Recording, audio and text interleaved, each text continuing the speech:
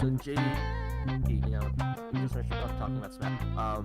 Dude, tell me about your experience at NYXL because it's like pretty interesting, right? From a player standpoint and like what as a comm standpoint because you did some comm. Yeah, I loved it. I had a great day. So a couple things. One, I forgot my controller at home. Ooh, I hate. Yeah, so I went to Twitter, went to Facebook. This was the day before too, so I got dropped off at the bus station, and while I was waiting for the bus, this was to go to the Cheddar Esports party. Mm-hmm. As I was waiting for the bus, I just started panicking. I'm like, oh fuck, like, I forgot my controller. So I sent some texts out, and for that like 2 hours, like on the way to the bus, until someone hit me up and said they would let me borrow theirs. Mm-hmm. It's such an awful feeling because I feel like I just tossed away the weekend where I was just gonna have to find some backup controller, and everyone's good now, so I was gonna get upset, and then I was just gonna fall apart and have a terrible performance, and then I was just gonna mope the whole day, and then I would have to start drinking to make myself feel better. Like it was just the whole disaster went through my head. Yeah, you saw that possibility, and that's everyone's worst fear, right? Is forgetting their controller. I felt so stupid too. Like it took everything in my power not to just like berate myself, because often I would just be like, "Oh, he's so stupid." Like it would just come up, and then I've been practicing a little more self-love over the past like 4 years because I've always been a very critical person when I make mistakes, and I've just so I've gotten really good at like stopping that kind of attitude early on and just say like, no, it's over, man. Like it happens, and other people like giving their like support, their sympathy at the minimum, but also like relating to me, saying, yeah, man, I've done that too. Like I've got my tournament at a major. Like I flew across the country and didn't bring my controller. No, Someone else forgot their controller at NYXL. So like all the like, I didn't feel alone, and that was the most important thing. Was just like, hey, it was my turn on the wheel. It landed on me this time, so I kind of got to feel a little better. And then I got a controller to play with. It was Emily Waves. Huge shout out. She actually let me choose between two of her controllers. Oh, that's not hype. Yeah, so I chose one. It was like a purple and pink controller. It was okay. I was trying to get used to it. I couldn't. So here's my bracket. For actually, I guess we'll go chronologically. I started off doing some commentary. For one of the waves, the early waves.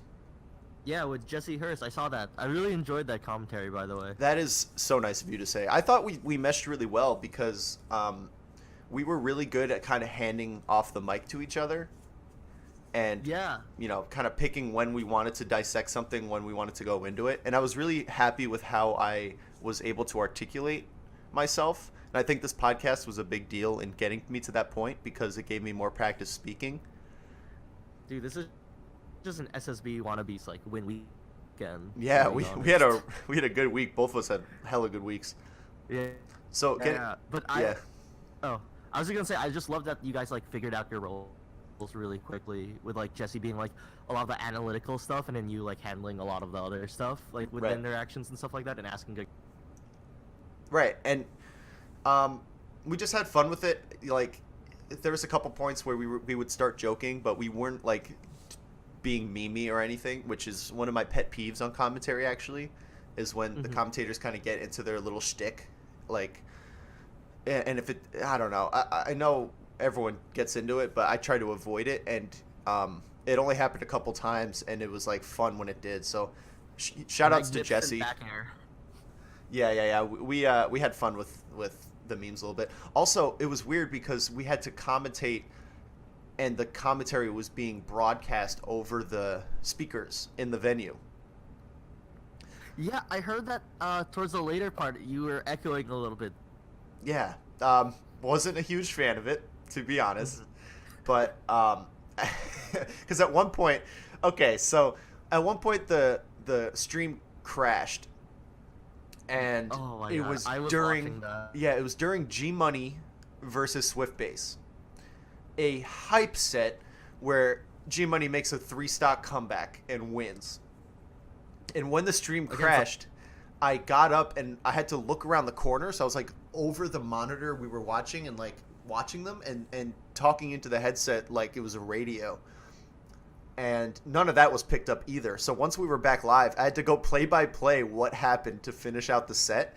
And I was just like freaking out with hype.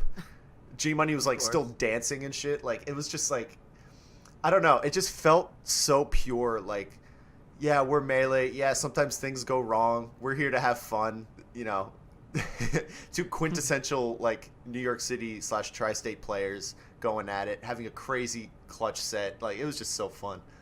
And then I got the chance to like be the conduit of that interaction to a whole stream, and a lot of people were watching. I didn't realize how many. I thought a couple hundred at most. I looked at the end because I also got to commentate like grand finals with Greg, who's a very different commentator from Jesse for sure. But we got to commentate like 3 of the sets, and we were popping off. We were getting hype. We were having fun. And I look how many people were watching. It was like 5,000 people watching that. Yeah, dude. And I was like, oh my god, like that was the most people I've ever commentated to. I'm not gonna watch the Twitch chat. I'm gonna analyze my commentary for sure because I know that I'm still new at it and I still have a lot to improve. But it was a really good opportunity, and that was just from the commentary side.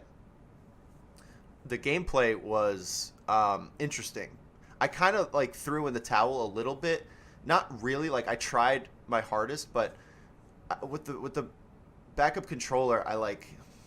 It's kind of a defeatist attitude, but I let go of a lot of expectations, and I just go, let me play as well as I can, and let me play as well as this controller will allow me.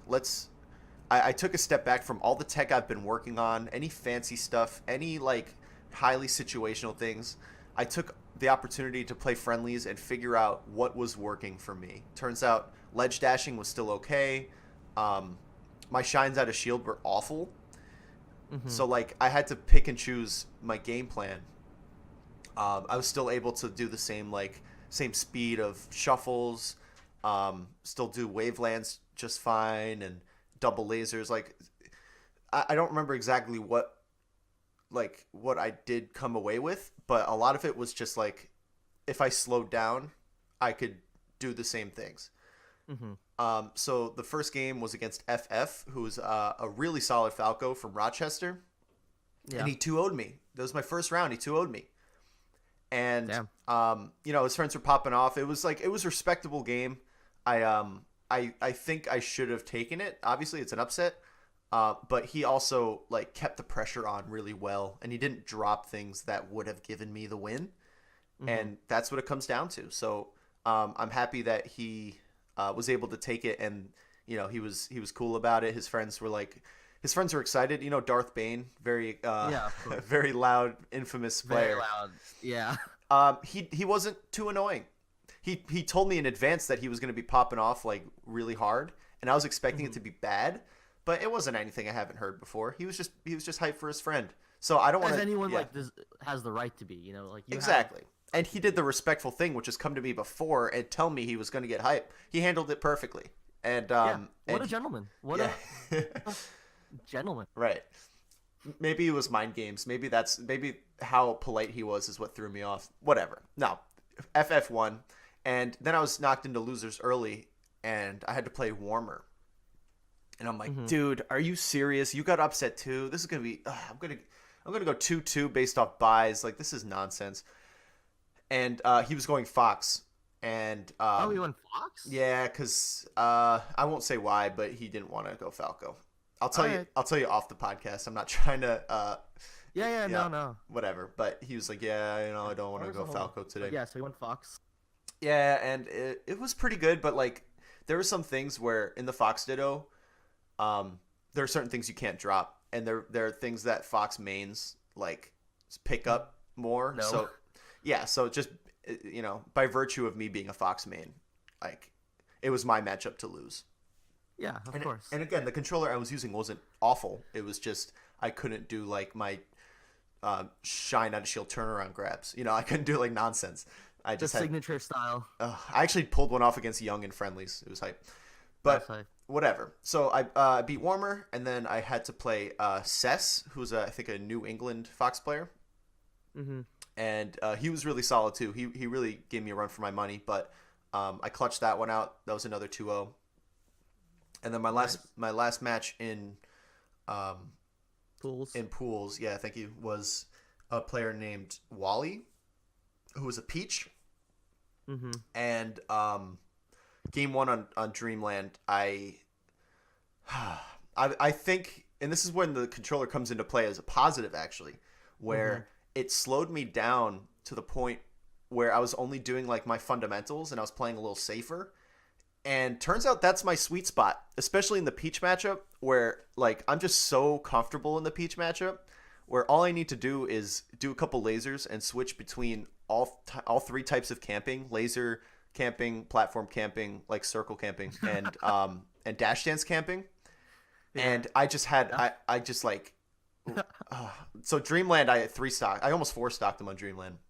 Damn. Then he that's took sick. me, yeah. Then I banned FD, which I don't know if I should have done because it's actually kind of hard for Peaches to get the chain grab. But Yeah. we went to FOD, and then it was a really close 1 stock. He had the lead until 2 stocks apiece, and then I inched it back and won. But Wally, really good player. Apparently, he's a net play guy. Oh, interesting. Yeah, so he did really well. So then I made top 24. I played Bambi first round in losers. There was like a 2.5 hour wait, but it didn't really hurt me at all. You know, I just got some food. You know, hung out with like Cody, future champion, Toussaint, and Hostel Gato, like the homies. We just hung out, got some food, came back, chilled, played some friendlies, whatever. Then I played Bambi, Young Link, and I just abused the matchup so hard. That's like, that matchup's so bad for Young Link. It's absurd. And he has really good combos, like, and his edge guards are like probably the coolest thing that he does is these like really good like cover all options edge guards. So whenever he got me off stage, there was like a 60% chance he was killing me.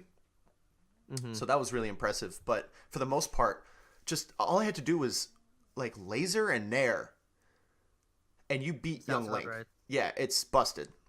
So I 3-0'd him. We went to Dreamland all 3 games, which was interesting. Yeah. I think that stage is not good for Young Link. But I think he would know more than me. Whatever. I camped him. Man, I'm such a campy player. Oh my god. I just realized that. That's too bad. Whatever. We don't have to go into that right now. I don't think it's bad. I don't think it's bad Oh my either. god, that's dude. Look at any other. Dude. Look at any other fighting game. Good defensive play just isn't appreciated. I know. You know. Ugh. And it's not like you're not interacting with them. That's the thing. You know. Yeah. Think about. It's how I play. I don't think I think I play fluid. I just think I edge.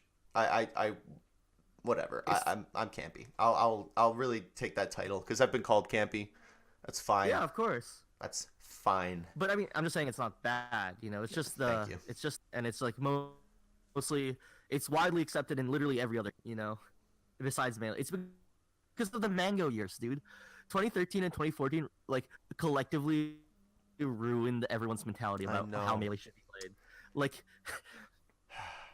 damn it, you Mango. watch any other fighting game, and it's just like, oh man, do you see his defensive play? He's not letting him get in. He's not letting him like get anything in. Like he can't even touch him. Melee commentary, like this motherfucker is running in and up smashing. Yeah, What the actually, fuck? this is an interesting topic. I think it's because in Melee, like, you could actually just straight up avoid the other player for a long time, and that's Yeah, of not course. fun to watch. So I kind of get it. I think I'm not that bad, like, because I won't camp indefinitely, and I'm not, and I don't want to throw Kaon under the bus, but he will do like the extreme end, where he'll just stay on top platform for 40 seconds, you know, and that's a really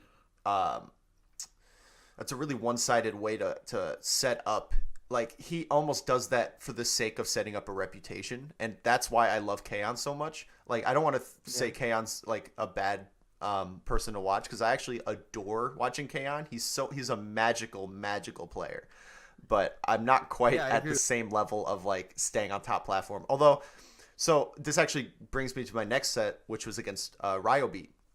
Yep. Um, and game one, we struck to Dreamland. Yeah, we struck to Dreamland, which I prefer Dreamland over FOD, or I prefer Dreamland against Peach over Yoshi's. I will Yeah, go. I agree, Yeah, especially against Nico, who's like wants to be so in your face. I think it's a good move. I always start Dreamland against him actually. yeah. I had the opportunity to counterpick him to Yoshi's, and I did not. I took him to actually. Well, let's go into it. So game one, we went to Dreamland, and I've played Nico enough. Like I've never beat him, and I've played him enough to know that I lose when I approach, and it's as simple as Hmm. that. If it once I start like crossing that middle line and going for like, short hop full length drill or something like that, just trying to clip him, he's really Hmm. good at either like for some reason he always crouch cancels my nairs and shields my drills. Like Yeah. like clockwork. So I say, no, no, not going for that. I'm going to laser this guy. I'm going to make him, get uncomfortable, come to me. And then once he Yeah. starts approaching, um, and this is oversimplification because I think I played really, really well against him because um, he complimented me after. Nico's such a, like, he took a loss with such grace. Like I would not have I would not have like accepted a loss as well as he did. He was so kind. He looked at me like he smiled. He goes, "Man, you earned it. Like you played really well." And Hmm. I'm like, "Oh, thank you, man. Like that's so nice of you." Like I you know. Anyway, so it just came down to being really patient against him and forcing him to go for risky approaches. Like that's kind of the matchup in a nutshell. It was getting to the point where he was pulling turnips, and then I was like, okay, like I think I have like once you get Peach to pull turnips against Fox, like you have a huge advantage because turnips aren't even that good against Fox. Yeah. You could jump over them like so easily. You could catch them, and like your throwing animations are good. So it felt like I made him kind of rethink his strategy, and I thrive in scenarios like that. I love when people have to change up their strategies because then I get chaotic. That's my favorite thing to do is like in the puff matchup or something is just watch them go for these back airs, eliminate that option, and then as soon as they start going for a way to counter my thing, I'm doing crazy stuff. Same thing Hmm. against Peach. That's why I'm good against floaties. Yeah, of course. That Peach and Puff are your two like bread and butter. Oh, my best matchups by far. So yeah, the set against Nico was I just felt really locked in. Like I felt confident. I didn't get that feeling of like once I got the feeling of like okay, I'm finally gonna beat Nico. And then so yeah, the set went exactly how like you want to play that matchup. Hmm. And I think Nico is going to reevaluate how he plays against me. Like I could tell that he's not just going to like come back with the same strategy. There's absolutely no way. So I'm excited to see what he comes like next time we play. I want to see what he comes up with. Hmm. But I'm really happy with that win. Nico is obviously or Ryobi is an amazing player, and um, I'm really proud that I finally got to get the W. Yeah, that's hard, dude. As a Fox main in New York, it's so hard to get any win. To be very fair, dude, I'm super happy for you. Congrats, dude. Thanks, man. And then I played Lint, You, yeah. and Ooh. I couldn't pull a Wassabi. I couldn't get it. Like I just realized that I would have made like $100 or something if I got into top eight. Yeah, because of the 1K pop bonus. I know. Yeah, but it was not to be. I took one game. I almost edged out another, and I was getting really close to like putting him on tilt, which is like the way to beat him. Yeah, yeah. That's what happens. You have to just put him on tilt. That's why, dude. The FD counterpick, maybe. But yeah, Yeah, I didn't bring him to FD. I brought him to Yoshi's and took that game. that's fair. Oh, Um, six. So yeah, 3-1 loss to him. Not upset about it. It's hard to be upset losing to Lint. I still haven't beat him yet, so I'm still gunning for that. But and then I got ninth. What's the thing about? Yeah, I was really happy with it. Then we played coup again with 6 people. Just got to be in that energy of New York City. I just love it. Just felt so right. That venue that's never gonna exist again. But Probably. it felt so good to just be a relevant part of it. Yeah, I got a good commentary spot. I placed well and I got a good win, and I just felt like all the years that I've been playing this game, I've been yearning to be in the position I'm in now, just respected. And that's all it needs to be. That's all this game is for so many people. It's just the respect of it. And it just goes to show that if you just keep at it and you just keep putting in, on average, I've probably only played 20 minutes a day throughout my whole lifespan, probably less. But it's something that I'm going to keep doing because it's been working. I'm just going to keep on, maybe in the next week or so, I'll bump it up again, and I won't forget my controller next time I go to a tournament. Yeah. But it was that feeling you said earlier. It's just the reaffirmation of this is the work I put in, man. This is where I am. This is who I am. This is what I can do.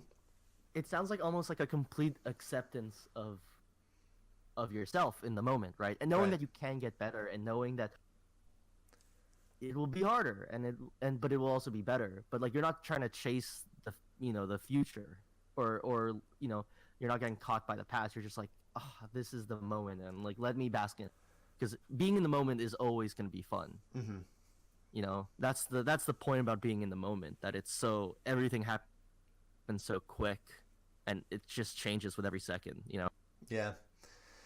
I'm so happy. That's awesome. That's awesome. That's getting me pumped. And it's so cool because I just know that I was so close to quitting. I told a few people a couple months ago that I was done with Melee singles. I wasn't going to try as hard. I wasn't going to practice anymore. I wasn't going to travel to tournaments because I still loved Melee, but I thought that it had to be a trade-off of making content and doing comedy. I thought there wasn't room for me to be a player anymore, and I can't improve if I'm not giving it my all. And I think that is debunked. I think that we debunked it, Mythbusters. We busted the myth.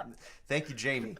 But we just I don't know. I think again, maybe we're giving a little too much credit to this podcast, but you definitely helped me kind of reevaluate what I wanted and what it even takes to be a competitive player and be relevant, or just not even be relevant, have Melee be relevant and have Melee stick around, being that magical force that just brings us these moments that on these 23 years I've been on this planet, it's so hard to find joy like I find at a Melee tournament. I find just watching, did you watch Toussaint vs. Smux? Holy shit, yeah, dude. Oh my god. Being in the venue for that, I was one of 20 people who put my hands up behind my head and was just wide-eyed, just wandering around. How did that work? How did that work? Dude, it was crazy. It felt like the slowest spike ever. I know. And apparently he didn't get a nipple spike either. Yeah, no, it wasn't, because nipple is at least at your nipple. That's the origin That's of the the whole name. point. So, oh man, it was just everyone was bugging out. I was he had the reverse 3-0 and he dropped.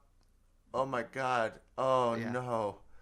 I For know. some Oh reason my- that I don't know why that's joy. I don't know how I got to joy or to that moment from saying how much I enjoyed the tournament, but you know what I It was mean? Just sick. It was by far one of the sickest moments. yeah, it's just there's nothing else like it, and Yeah. it doesn't. You could be an O2 player, you could be like Cody, like we're all together in that moment, and And we all experience the same moment, right? Like Cody got from winning that tournament is the joy anyone can get from making out of pools or for winning their first game. right, It's the same, right? it's Like all that's the thing. relative. It's all relative, right? It's all like you know, like I probably was like just as happy when I beat Lint as Cody was when he won the tournament. Like, Right. and it doesn't mean any less to that person. And that's what's so good is that everyone knows what that feeling is like. Losing is like, it's just when does it come in? Yeah, we don't all have to be Cody's. We don't all have to be this good after 3.5 years of playing. Um, Yeah. we are our own people, and this is all getting very generalized and like kind of territory. But it's hard to respect yourself in Melee if you're not living up to the expectation of people around you, or not even the expectation, but if you compare yourself to these top players. Like if I were to compare myself to Cody, like I guess we both could, both Green Foxes, both playing like a similar amount of time. From upstate. Right? Like he's this guy that has been, I think we should just start doing the shout out now. He's our weekly shout out for obvious reasons. For obvious reasons. A new king was crowned yesterday. Yeah. Like there's a new king of New York at the moment. You see the tournament, you see the entrance. It was not an easy tournament to win. He had to beat Swedish Delight, dude. He beat Armada. Dude, and hacks and hugs. Like he worked on the Samus matchup for 3.5 weeks, and he gets the 3-0 hugs, and he 2-0 Super or 2-1 Super. I'm not too sure. No, I think he 2-0 Super. I don't. No, he did because he lost 2 games the whole tournament. He lost 1 game to Hacks and 1 game to Swedish Delight. That's nuts. Yeah. And then let's not forget like Don't Park before, like he had like a heartbreaker against KJH and a heartbreaker against None, where it was both close game 5s, but he beat Keizu, Ginger, and Spark. Like he reversed 2-0. Yeah. So we're all going to be talking about Cody until the next big tournament and then onwards. But I just want to talk about his play a little bit because it kind of like Swedish Delight gets a lot of credit for his like simplicity and just his amount of options that are like just correct, doing what should work. And Cody is kind of the equivalent of that, where he doesn't he goes for flashy stuff a little bit more. Like he has fun with the game when he has like a stock lead or something. Like he's very creative still. But you look at how he plays, and I described him as this a while ago, and I think he agreed with me. Where, are you familiar with the? I'm gonna paraphrase a Bruce Lee quote. He talks about someone who practices 1,000 kicks one time. Oh, of course, yeah. Again, versus someone who practices one kick 1,000 times. Yeah. I'm scared of a man that practices. I'm more scared. I do not fear a man who practices 1,000 kicks one time. I'm more, I'm scared of a man that practices one kick 1,000 times. Exactly. Classic quote. Yeah, that's Cody. He has, and it's not quite one kick. It's more like 15. But he has like enough options, and he's fluid enough at the game too, where you could put in mix-ups where he's still doing weird stuff when he needs to. But you look at like his, let's say his neutral game. He'll do a full hop, ambiguous drift, drill, ambiguous fast fall into down tilt or up tilt. Yeah. And we'll get a follow-up after a hit every time. And then his combo game is on point. So that little exchange, that little like full hop drill, full hop nair, or not even full hop nair, mostly full hop. He loves full hop drill. Little things like that. Full up barrel, because it auto cancels. Right. Yeah, those are the two that he really goes for. And then running shines and stuff like that to mix up. But you see just how clean it is. And Yeah. the second you think you have a read on it, he'll go for the option that beats your option. And that's kind of like his game plan is just so much like a core set of movements and strategy that have just been refined so well. And And then yeah, and then he yeah, goes from there. And that, like, early on he kind of set his strategy as doing good options, and as he's evolved as a player and as he's played the game so much, he's obviously branched out so much more than that, and he became very adaptable and learned all the micro situations that it is. But and he polished like everything to like he polished it to a T. And I think the big thing, like, and this is also just speaking from experience of playing Cody, a lot like 2 weeks ago, was that like he has his options, but I think one is like there's two parts of it. His execution on those options are so consistently good, yeah, and then two is his understanding rock paper scissors is that like that allows him to be unpredictable, because it's not that you don't know what options he per se, but it's a lot of the time you don't know which option he's gonna choose. right, And if you it's almost like you guess the 50-50. Oh, you guess this wrong, you're gonna eat 80%, and then that's it. right, right. And that's really like what it takes to win tournaments. Like, you look at Mhm. what it takes to be the like to play the best possible fox. That's garbage. That's not what we should be doing. And that's a trap that a lot of people fall into, is they think that like the trope is the guy who practices like quadruple shines. It's not Yeah. quite as obvious as that most of the time. I mean, I fall victim to this too, and it's a reason why I played better with the garbage controllers, because I had to slow down and not go for tricky options. But Cody understands this. He goes for the options that are good all the time.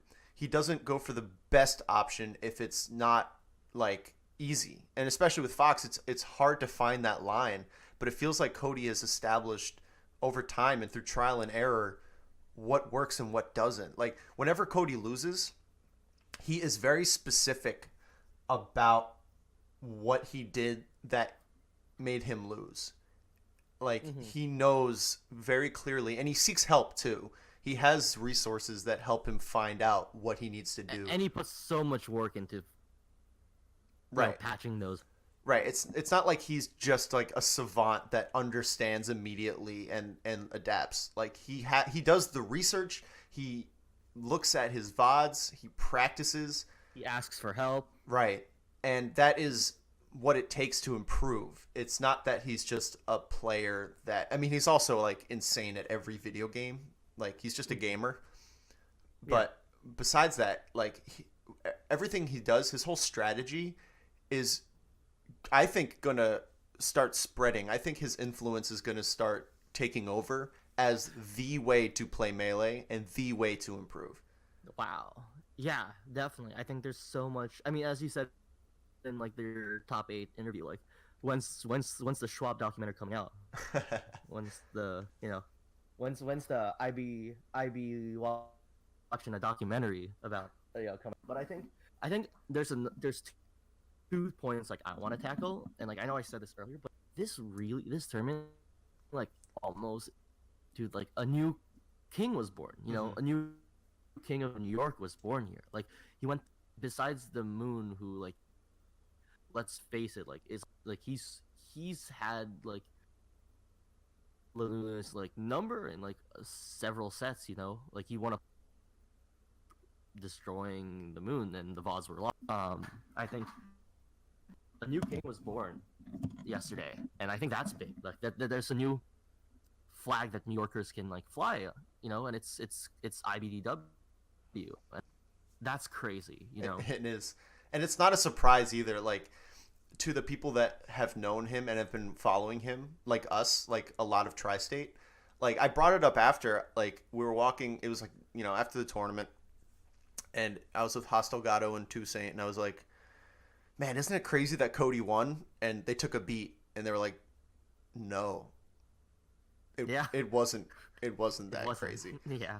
He did everything right. Like, he has been, like, this is exactly what if you look at like how the stock market predicts futures, Yeah. this is just like him doing earnings like the same, like Yeah. exactly as what was predicted. Yeah, as the Oracle Yeah. told, right?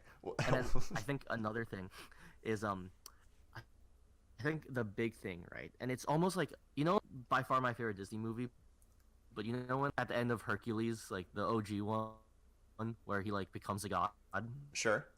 and it's like, dude, I think part of that is like, dude, you watch this Fox, and I at this point can watch him and know that it's him, and I think that's such a big thing. Yeah. Like once you get into, it's like, oh, that's the IBDW, like that's the Schwab style, and I think that's so interesting because he's not copying anyone else. Yeah, he's taking moves and tricks from other Foxes and taking it. He frames it in a way that's his Yeah. own. Yeah. And I think that's what's so interesting is I was watching him, and it was just, dude, that's the Cody. Like, oh, that's so Cody, and it's just like, oh, that should be his combo video name. That's so Cody. I don't know. Maybe I don't know, not. Maybe not. No offense. Maybe not. Maybe not. No. I see what you're saying, Cody. though. Yeah. Anyway, but yeah, pretty much just that. Back to the topic. Shout outs to that's Cody, so man. Interesting. Yeah, shout outs to Cody. I don't think I can say any more without repeating myself. Yeah. So one quick final thing. Because Cody speaks for himself more than we ever could. So. Agreed. Yeah. So I did get to play Warmer in a real money match against this Falco. And it was really tight. And I clutched it out with like a roll read pivot up smash. Classic. Yeah. And it was like so tense. He was like, "Oh man, what the hell?" Like, and I'm like, "Yeah, dude, oh my god, that was crazy." But at the same time, I was being called to take over for commentary. So I had to get up and run and whatever. In the beginning of the set, he hadn't put money on the table. And then after commentary, he was nowhere to be found. Mm-hmm. So I'm putting out a wanted sign for Warmer. He owes me $5. Damn. After a legitimate money match. Game 5, we all saw, there were witnesses. We saw who won. I put my money on the table. It's time to pay up, son. Oh shit. Dude, you might have to go to Connecticut, dude. Go visit him in his own turf. I'm gonna show up outside his house with like, yeah. Oh my god, a baseball bat. That's what I was thinking. Yeah, I know. Dude, go to Hog sometime. You don't just show up with like sunglasses and like a weapon. Yeah. I'm down. You'll join me? What? I'll join you. Yeah, you have a car, so I got the passenger seat. I got shotgun. That's some mob shit, dude. We're just loan sharks. We're money match sharks. Yeah, dude. Yeah. Anyway, so we just need tattoos on our like necks that say SSB. Right, and we just wear all like New York Yankees swag. Is that our thing? All right, that's our thing. Well, I guess so. We're from New York. He's from. That's true. Connecticut. Wait, Connecticut people are New York fans. Yeah, I know. That's tricky. We got some details to work out, but we are going to threaten him. We'll walk it off the air. Yeah, we'll do it off. Okay. Anyway, that's just my little side story. Any final shout outs before we end? No. I mean, I'm in North Carolina till Wednesday. At least like my plan for the week is just sort of chill. I'm seeing Rob tonight, which I'm super excited. So I get to play some Melee, but my son. Yeah, I'm just gonna be doing a lot of match analysis, relaxing, getting ready. For Genesis, because I booked a flight for Genesis actually, which is I'm excited for. Yeah, I'm actually trying to finagle a Genesis. I haven't gone yet. That's fair. I'm thinking about it. Thinking about it? Yeah. Let. And then aside from that, that's pretty it. I'm just so excited to play Melee today because I got bodied by work last week, like just with like a lot of like New Year's deadlines and so I didn't get to like really play Melee too much, so I'm excited to get to play Melee, and then aside from relaxing, not taking it too seriously, and do match analysis when I can and stuff like that. So that's what like my week looks like. Yeah.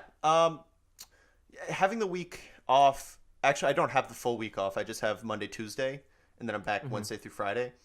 And I prefer it that way. I mean, whenever I don't have work for too long, I get like super complacent, and then when I get complacent, I like guilt myself over how little I've done. Yeah. And so having work kind of keeps me in that, like, my mom has an expression, I'm sure she didn't make it up, but the more you have to do, the more you do. And so keeping myself busy is really, really important for like my mental health. But I'm going to try to keep getting into the lab. I've decided I don't want to be not a professional, a competitive Ultimate player. I just want to get good at Ultimate, and I want to be like an Ultimate pundit. Like, I want to follow the scene very closely, but I think it's kind of hard to get good at both games at the same time. So I'm going to just stick with Melee. I'm going to keep practicing Melee and getting to where I want to be. I'm going to do 20 minutes a day. I'm going to watch my commentary spots and try to keep Twitch chat off. Keep Twitch. Yeah, I'll have to, because I know I'm going to get just destroyed. Probably. Yeah. Well, I know I'm not perfect, so maybe I'll deserve it, but I'm not going to watch it. And then, it's going to be a slower week, Christmas and all that. So maybe we'll be able to dive into some more meta analysis and some more mindset stuff. But that was a great conversation, man. Also, wait, shout outs to ERAM. Yeah. He's been giving us a lot of love. Yeah. Well, okay, if we're talking about people that have given us love, dude, shout outs to Miso too, and also JLo. It's just really nice to hear from you guys, so thank you so much. Yeah. I hope you like this episode. Yeah, I mean, we weren't really expecting anyone to start listening until like 10 episodes, We thought we were going to need a bit more of a runway to get some attention.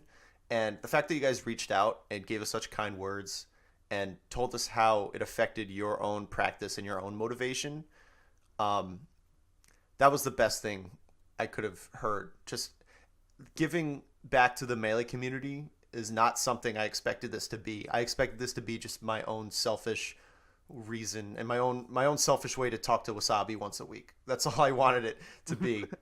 And the fact that we are kind of, I don't know. It just feels nice. I just love hearing that people are grinding, after listening to our podcast. That just makes me, I think, is the easiest way to put or during it, right? or during. Yeah, I know. Well, yeah, man, that's like dream scenario. Yeah, right. Well, thanks, you guys. It's really, I can't stop smiling now. Yeah, I'm like geeking out. Oh, we're so lame, dude. Okay, well, let's end it on that. Well, let's end it on that. I like always, man. Thanks for talking. Yeah, dude. I'll talk to you next week, dude. All right, peace, buddy. Peace.